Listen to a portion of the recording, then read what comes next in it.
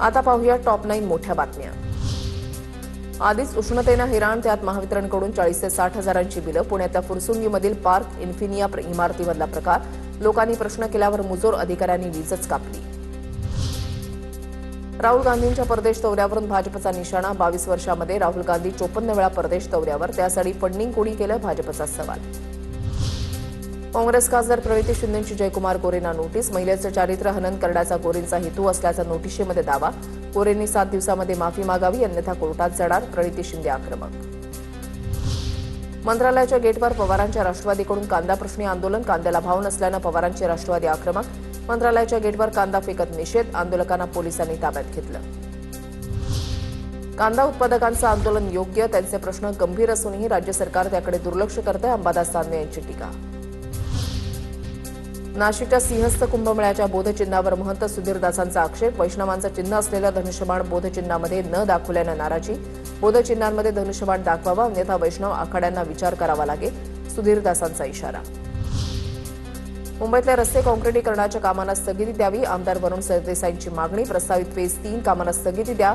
मोदींनी काटकसरीचं आवाहन केलं असताना पालिका एवढ्या मोठ्या खर्चाचा आग्रह का धरत आहे, असा सवाल। देशातल्या महत्त्वाच्या घडामोडी पाहूया टॉप 9 मधून। व्ही.डी. सतीशन केरळचे नवे मुख्यमंत्री, काँग्रेसकडून सतीशन यांच्या नावाची घोषणा।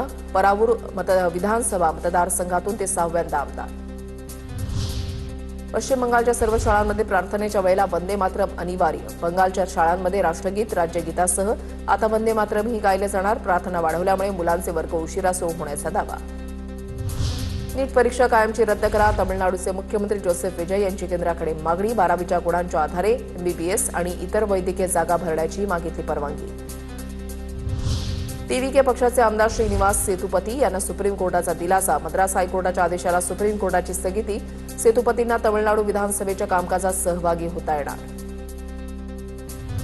शबरीमाला प्रकरणामध्ये सर्वोच्च न्यायालयाने निकाल राखून ठेवला, 16 दिवस घटनापीठापुढे सुनावणी, मूलभूत अधिकारांच्या मुद्द्यावर न्यायालय धर्माच्या प्रकरणांमध्ये कितपत हस्तक्षेप करू शकतं, याविषयी 9 न्यायाधीशांच्या घटनापीठासमोर सुनावणी।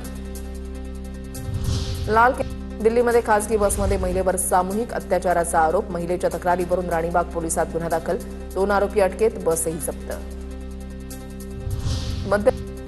उत्तर प्रदेशमध्ये तीव्र वादळासह पावसाचा हाहाकार, 100 जणांचा मृत्यू तर घरांसह पिकांचं मोठं नुकसान, वादळात पत्र्यासह हवेत उडतानाचा एका व्यक्तीचा व्हिडिओ व्हायरल।